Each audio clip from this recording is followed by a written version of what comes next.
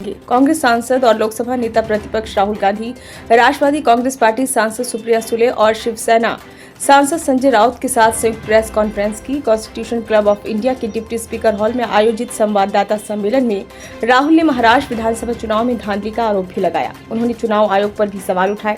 उन्होंने दावा किया कि चुनाव परिणामों में हेराफेरी की गई है। प्रेस कॉन्फ्रेंस के तुरंत बाद ही चुनाव आयोग की ओर से भी प्रतिक्रिया जारी कर दी गई। उन्होंने ट्वीट कर बताया, चुनाव आयोग राजनीतिक दलों को प्राथमिकता वाले हितधारकों के रूप में मानता है। बेशक मतदाता सबसे अहम होता है और राजनीतिक दलों से आने वाले विचारों, सुझावों और सवालों को भी बहुत महत्व दिया जाता है। आयोग पूरे देश में समान रूप से अपनाए गए पूर्ण तथ्यात्मक और प्रक्रियात्मक मैट्रिक्स के साथ लिखित रूप में जवाब देगा। राहुल गांधी ने कहा कि हम इस टेबल पर महाराष्ट्र में पिछला चुनाव लड़ने वाले पूरे विपक्ष का प्रतिनिधित्व कर रहे हैं। हम चुनाव के बारे में कुछ जानकारी लाने जा रहे हैं। हमने विवरण का अध्ययन किया है, मतदाताओं और मतदान सूची का भी।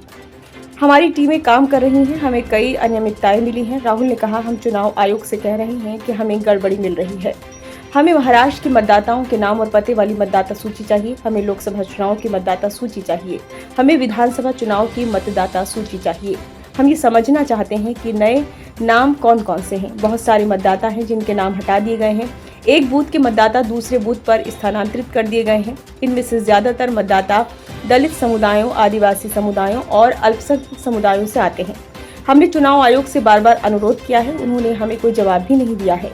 विपक्ष के नेता ने संसद भवन में ये बात कही है, चुनाव आयोग ने कोई जवाब नहीं दिया है। अब उनके जवाब ना देने का एकमात्र कारण ये है कि उन्होंने जो किया है उसमें कुछ गड़बड़ है। मैं कोई आरोप नहीं लगा रहा हूं, मैं यहाँ स्पष्ट रूप से डेटा प्रस्तुत कर रहा हूं।